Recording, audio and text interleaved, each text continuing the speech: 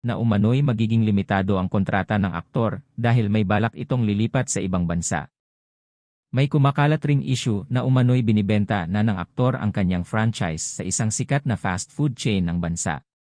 Sa kamakailang episode ng Showbiz Vlog ng veteran showbiz columnist na si Christy Fermin, isiniwalat niya ang balitang nakarating sa kanya mula sa kanyang mga sources, na umano'y gusto ng manirahan sa ibang bansa ni Daniel Padilla.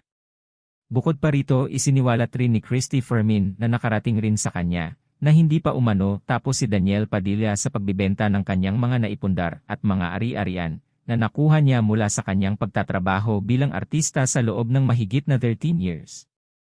Sa kamakailang episode ng Christy Ferminute, inilahad ni Christy Fermin na maging ang franchise business ni Daniel Padilla ay nais na rin itong ibenta. Sa pagsisiwalat ni Christy Fermin, ipinarating umano ng kanyang mga sources na ipinagbibigay